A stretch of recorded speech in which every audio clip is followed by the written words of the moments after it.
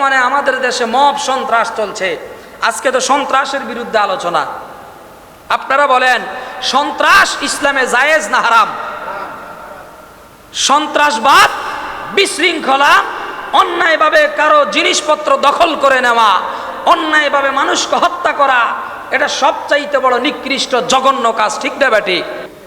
এমনকি মুসলমান, আল্লাহ রসুল সাল্লাল্লাহু আলাইহি ওয়াসাল্লাম হাদিসে মুবারাকার মধ্যে বলেছেন, ও আমার উম্মতের দল শুনে রাখো, মান সালিমাল মুসলিমুনা মিন লিসানিহি ওয়া ইয়াদিহি, তুমি ততক্ষণ পর্যন্ত মুসলমান হতে পারবে না, ততক্ষণ পর্যন্ত আমার উম্মত হতে পারবে না, যতক্ষণ পর্যন্ত না তোমার অন্য মুসলমান ভাই তোমার জবান থেকে এবং তোমার হাত থেকে নিরাপদ না থাকে, ততক্ষণ তুমি মুসলমান দাবি করতে পারবে।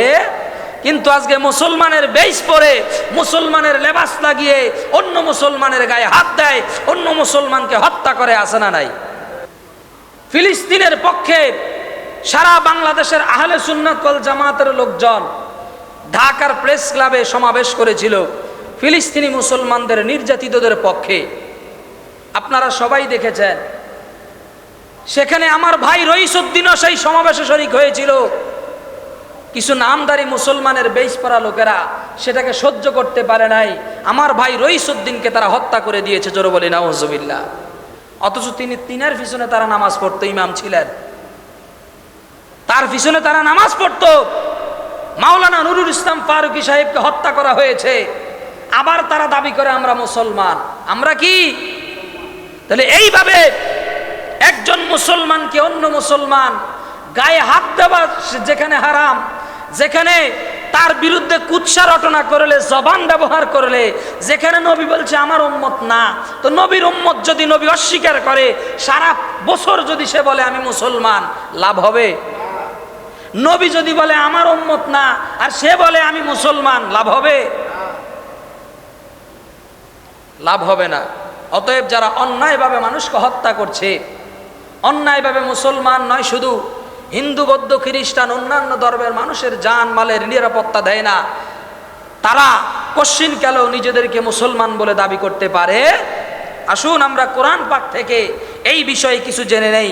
আল্লাহ রব্বুল আলামিন পবিত্র কালামুল্লাহ শরীফের মধ্যে সুস্পষ্টভাবে সূরা মায়েদার 2 নম্বর আয়াত, কোন সূরা?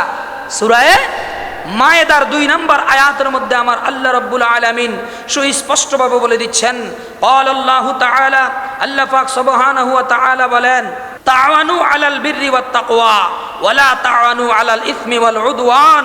হে দুনিয়ার মুসলমান, হে দুনিয়ার মানুষ, তোমরা পরস্পর মঙ্গল এবং খোদাভীরুতার কাজে একে অপরকে সাহায্য করো এবং অন্যায় ও সীমা লঙ্ঘনের কাজে একে অন্যকে সহযোগিতা করিও না। আল্লাহর ভয়, তাকওয়া অর্জনে এবং একজন আরেকজনের মঙ্গল কামনায় একজন আরেকজনকে সহযোগিতা করার জন্য বলেছেন, সমাজের ভালো ভালো কাজে সহযোগিতা করার জন্য বলেছেন। কোন সময় অন্যায় কাজে, অপরাধের কাজে একজন আরেকজনকে সহযোগিতা করার জন্য নিষেধ করেছেন কে? আল্লাহ। কিন্তু এখন আমরা তার বিপরীত করি, অন্যায় কাজে সহযোগিতা করি, ভালো কাজে বাধা দেই, আছে না নাই? যারা অন্যায় কাজে সহযোগিতা করে, ভালো কাজে বাধা প্রদান করে, তারা আমার আল্লাহর এই কোরআনের আয়াতের বিরোধী কাজ করে।